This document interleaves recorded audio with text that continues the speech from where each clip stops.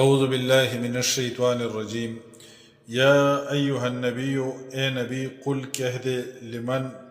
ان سے جو فی ایدیکم تمہارے ہاتھ میں، من الاسرى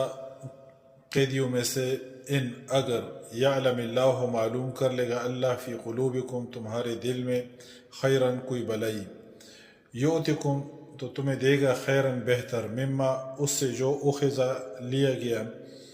منکم تم سے، ویغفر لکم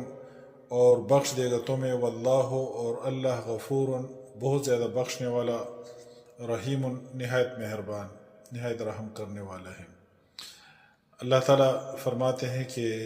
اے پیغمبر ان سے کہہ دیجئے، جو قیدی ہیں آپ کے پاس، یعنی جن سے فدیہ لیا گیا ہے، ان میں سے بعض قیدیوں نے یعنی اسلام کا اظہار کیا کہ وہ اسلام قبول کرتے ہیں،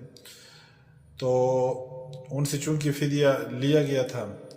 تو اللہ تعالیٰ فرماتے ہیں کہ اے پیغمبر ان سے کہہ دیجئے، جو کچھ تم سے لیا گیا ہے، جو فدیہ تم سے لیا گیا ہے، تو اللہ تعالیٰ اس سے بہتر تمہیں دے دے گا۔ یعنی جنہوں نے اسلام کا اظہار کیا، تو اللہ تعالیٰ فرماتے ہیں کہ وہ تمہیں اس سے بہتر دیا جائے گا جو کچھ تم سے لیا گیا، اور اللہ تعالیٰ تمہاری مغفرت کر دے گا، بہت زیادہ بخشنے والا ہے، بہت زیادہ رحم کرنے والا ہے۔ اور ایسا ہوا بھی، عباس رضی اللہ عنہ جو پیغمبر صلی اللہ علیہ وسلم کے چچا تھے، انہوں نے بھی فدیہ جو ہے نا، اپنا بھی فدیہ انہوں نے دیا، دو بھتیجوں کا فدیہ بھی انہوں نے دیا،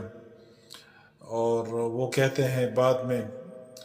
اللہ تعالیٰ نے ان کو بہت مالی جو ہے نا وسعت دی اس کے بعد، تو وہ کہتے ہیں کہ اللہ تعالیٰ نے مجھے مالی وسعت بھی دی، جس طرح اس آیت میں بیان ہوا ہے کہ یؤتکم خیرا مما اخذ منکم ویغفر لکم، اور وہ کہتے تھے عباس رضی اللہ عنہ کہ مجھے اللہ تعالیٰ سے مغفرت کی امید ہے۔